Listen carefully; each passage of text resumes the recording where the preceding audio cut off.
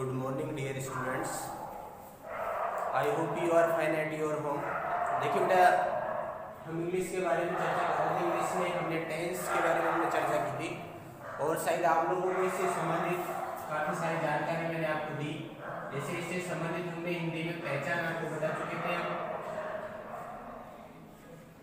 दूसरा helping verb मैं आपको बता चुका था, मेन वर्ब मैं आपको बता चुका था, उनका यूज कैसे किया जाता है ये भी मैं आपको बता चुका था। यानी सभी के पार्ट्स फटाफट सीधे रूप में कहे तो हमारा जो टेंस किया हमने थे भाई, टेंस हमने इधर लिखा और टेंस को हमने 3 भागों में बांटा था। वो 3 भागों के हमने सबकी पहला, जैसे पहला था हमने प्रेजेंट, दूसरा हमने किया था पास्ट, तीसरा हमने किया था फ्यूचर। ठीक है बेटा, तो इनकी हमने पहचान पढ़ दी थी सबकी। फिर इसके प्रत्येक के 4-4 भाग हमने बनाए थे कि भाई प्रत्येक के 4-4 भाग होते हैं, इसके भी 4 भाग और इसके भी 4 भाग। ठीक है, अब वो समान थे कि भाई इसमें जो है इसमें भी प्रेजेंट इंडेफिनिट, तो कंटिन्यूअस, परफेक्ट कंटिन्यूअस। फिर इसके भी वही past indefinite, past continuous, past perfect और पास्ट परफेक्ट कंटिन्यूअस, ये 4 बार। ऐसे ही फ्यूचर में future indefinite, future continuous, future perfect और फ्यूचर परफेक्ट कंटिन्यूअस। ये हमने टोटल ऐसे करके हमारे टोटल जो भी थे ये 4 इसके भाग हुए, 4 इसके हो गए, 4 इसके हो गए, अर्थात 4 इसके, 4 इसके, 4 इसके, ऐसे करके हमें पूरे 12 टेंस की ये चीज हम पढ़ चुके थे। पूरे जो हमारे 12 टेंस होते हैं जिनकी हम पहचान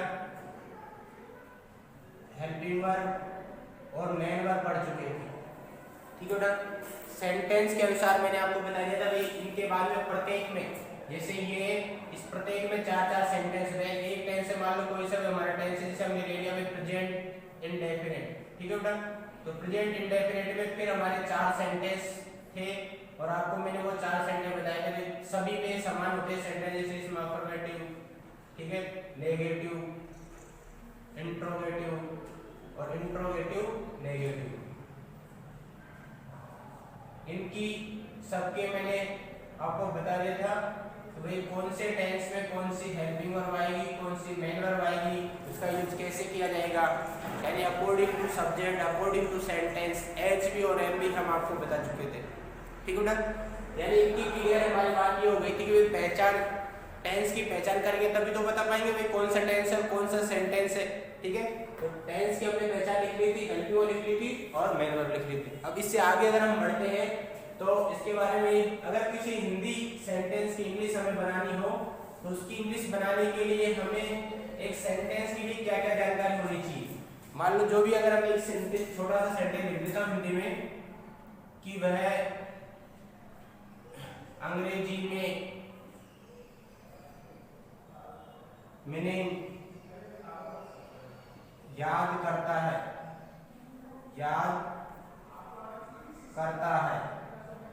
ये मैंने आपके सामने वाक्य लिख दिया। तो यानी टेंस इसमें पहचान सकते हैं भाई, ता है अंत में आ रहा है तो टेंस तो कौन सा हो गया, प्रेजेंट इंडेफिनिट हो गया। ठीक है बेटा, सेंटेंस की पहचान अब बाकी है भाई, सेंटेंस कैसे पहचाना जाता है कि ये सेंटेंस कौन सा है। जैसे हमने भाई 4 तरह के सेंटेंस बताए थे आपको कि भाई एक सेंटेंस बताए थे हमने 4, वो सेंटेंस कौन से थे, अफर्मेटिव, दूसरा नेगेटिव, तीसरा इंट्रोगेटिव और चौथा इंट्रोगेटिव प्लस नेगेटिव। तो अब इसकी पहचान, अब ये तो सेंटेंस की पहचान बता दी जाएगी आपको, लेकिन फिर सेंटेंस की पहचान करने के बाद में इसकी इंग्लिश कैसे बनेगी। तो एक इंग्लिश बनाने के लिए हमें जैसे साधारण रूप से हम फॉर्मूला अगर लिखें कि भाई सेंटेंस का इंग्लिश में निर्माण करने के लिए, तो देखिए फॉर्मूले में हमें जरूरत पड़ती है सब्जेक्ट की, हेल्पिंग वर्ब की, मेन वर्ब की plus object plus other verb.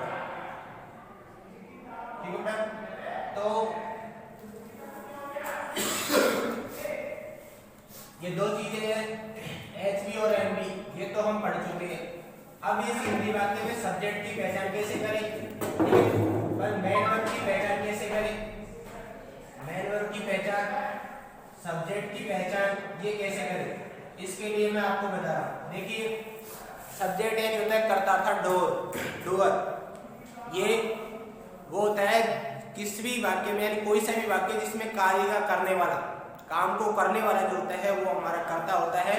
जैसे वाक्य लिखा कि वह अंग्रेजी में मीनिंग याद करता है, वह अंग्रेजी में मीनिंग याद करता है, हमने ये सेंटेंस लिख दिया कि वह अंग्रेजी में मीनिंग याद करता है। तो कौन है याद करने वाला, वह, ठीक। मान लो वह की जगह मैं कोई नाम लिख देता हूँ कि राम अंग्रेजी में मीनिंग याद करता है, तो यानी काम को करने वाला कौन है, मीनिंग याद करने वाला कौन है, राम हो गया, ठीक है। तो किसी भी वाक्य की शुरू में जनरली तौर पे अगर हम कहते हैं कि बहुत बड़े भाव से नहीं समझ सकते हम, तो समझे तो वाक्य के ज्यादातर सभी वाक्यों के शुरू में कार्य के करने वाला होता है कि काम कौन कर रहा है। अफर्मेटिव सेंटेंस में भी शुरू में होगा, नेगेटिव में भी शुरू में होगा, इंट्रोगेटिव में भी शुरू में होता है, लेकिन एक सेंटेंस होता है, क्योंकि इंट्रोगेटिव सेंटेंस टू टाइप से होते हैं, कि हेल्पिंग वर्ड से, एक WH वर्ड से। WH वर्ड के तो शुरू में होता है, लेकिन जो हेल्पिंग वर्ड होता है उसके शुरू में न होकर क्या शब्द के बाद होता है, कि क्या वह अंग्रेजी में मीनिंग याद करता है, तो यानी कि वह, क्या राम अंग्रेजी में मीनिंग याद करता है, तो राम अभी हो गया, ठीक है। तो यानी उसमें थोड़ा अलग होता है, बाकी सभी में वाक्य के शुरू में सब्जेक्ट होता है, ठीक। तो सब्जेक्ट तो ये हो गया हमारा, मतलब कार्य को करने वाला जो होता है वो सब्जेक्ट होता है, तो सब्जेक्ट की पहचान कर सकते हैं। लेकिन फिर आती है मेन वर्ब की पहचान कैसे करें, मतलब पहचान मेन वर्ब की कैसे करें। तो मेन वर्ब में देखो, इस मेन वर्ब होती है मेन वर्ब, वर्ब यानी किसी कार्य का करना या होना पाया जाए। हिंदी में अगर समझे हम वर्ब किसे कहते हैं, तो किसी कार्य का करना या होना पाया जाता है, वो हमारी क्या होती है, वर्ब होती है, ठीक है। इस वाक्य में देखिए काम हो रहा है कौन सा, याद करने का, ठीक है। तो याद करना ये हमारी क्या हो गई बेटा, एनबी हो गई, ठीक है। ये क्या हो गई, एनबी हो गई, यानी याद करना हमारी मेन वर्ब हो गई। फिर दूसरे शब्दों में कहें तो आपको अगर ऐसे नहीं समझाए तो उसमें से एक ऐसा वर्ड देना जिसका अर्थ ये निकले कि इसमें कार्य का करना होना पाया जा रहा है, और उसका जब अर्थ करते हैं उसको इंग्लिश में लिखते हैं तो उसके अंत में ना आता है, जब उसका हिंदी अर्थ करते हैं तब। जैसे इसको हम लिखते हैं LEARN, लर्न, इसका अर्थ होगा याद करना, याद करना, ठीक है। मान लो कोई सी वर्ब हो गई जैसे रीड, READ, रीड यानी होता है पढ़ना, ठीक है, पढ़ना, PLAY, प्ले यानी खेलना, ठीक। तो अर्थात प्रत्येक वर्ब के अंत में क्या आता है, ना आता है, ठीक है। तो प्रत्येक हिंदी क्रिया के अंत में ना आता है, प्रत्येक हिंदी क्रिया के अंत में ना आता है, जैसे याद करना, पढ़ना, खेलना, ठीक है।